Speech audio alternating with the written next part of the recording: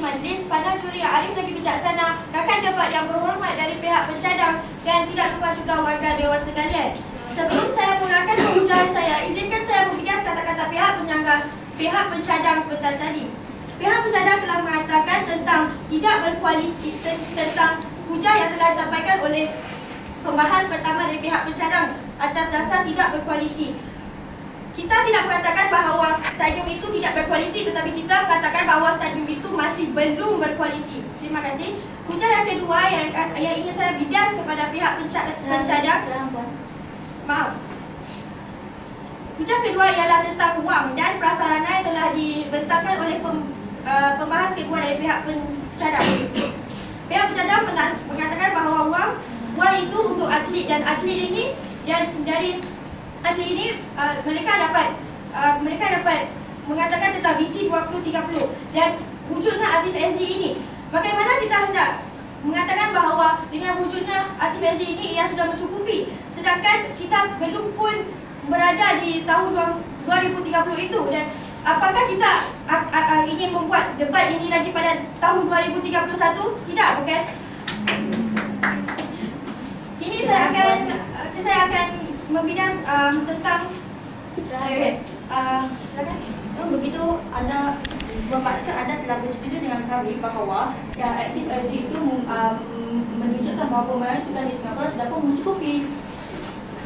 Tidak, saya tidak mengatakan bahawa dengan ada Aktif SG ini pembangunan sukan di Singapura ini mencukupi. Saya dengan sudah pun dikatakan pihak pencadang bahawa dengan Aktif SG ini banyak sambutannya, tetapi tidak banyak sambutan yang diraih dengan Aktif SG ini sendiri sahaja. Okey, selesai sudah pembidasan. Sekarang saya akan mulakan dengan penghujahan yang kedua dan yang ketiga. Hujah saya yang kedua ialah sambutan yang tidak memuaskan dalam acara sukan. Tukilan dari www.singaporesports.com, seorang wartawan Channel News Asia mendapati 7,000 kerusi di stadium kosong sedang berlangsungnya pemain bola pada tahun 2011. Walhal pada masa dahulu diduduki semua kerusi di stadium itu dan tidak ada kerusi kosong. Akan tetapi hadirin, lihatlah pada penurunan daripada pelibatan masyarakat pada masa kini. Banyak kerusi kosong menjadi bukti akan kemerosotan sambutan dari para masyarakat. Maaf, Puan. Singapura juga sebanyak 75% masyarakat di Singapura juga tidak minat bersukan, dan juga 54% masyarakat Singapura tidak aktif pada sukan. Tukilan daripada redsports.sg. Bolehkah kita katakan bahawa pembangunan sukan di Singapura itu mencukupi? Tentu sekali tidak, wahai para hadirin.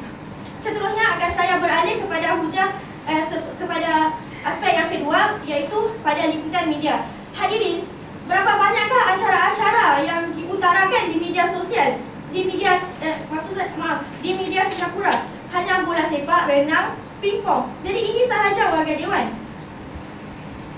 Liputan media akan menyemarakkan sukan hanya pada musim YOG, Olimpik, SEA Games, Piala Dunia FIFA sahaja. Namun bila musim ini tidak wujud, maka liputan media tentang sukan itu juga tidak wujud, para hadirin. Silakan. Silakan Tuan. Aku telah membuktikan bahawa bukanlah acara pingpong dan sebagainya yang telah diadakan di Singapura, dapat juga sukan-sukan baru yang diadakan di Singapura, dan ini menunjukkan bahawa sukan Singapura dah mencukupi. Saya tidak nafikan bahawa tidak ada sukan yang lain yang ada di Singapura pada masa ini. Cuma saya katakan bahawa adanya pingpong, renang, bola sepak pada zaman dahulu dan pada zaman sekarang. Terima kasih.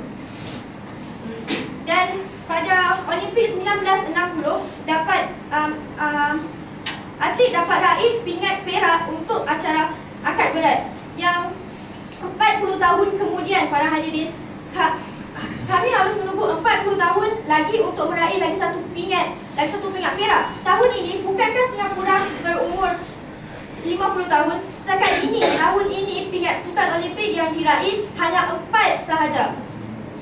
2 perak dan 2 gangsa. Secetek inikah pembangunan sektor Singapura hinggakan pencapaian atlet hanya 4 peringkat sahaja dalam pembangunan sukan yang mendedahkannya kepada pentas persada internasional? Tidak, bukan? Sudah terang lagi bersuluh pembangunan sukan di Singapura ini belum mencukupi. Jadi kami sebagai pihak penyangga masih menegakkan mauduk yang telah kami datangkan, bahawa pembangunan sukan di Singapura masih belum mencukupi. Sekian, terima kasih.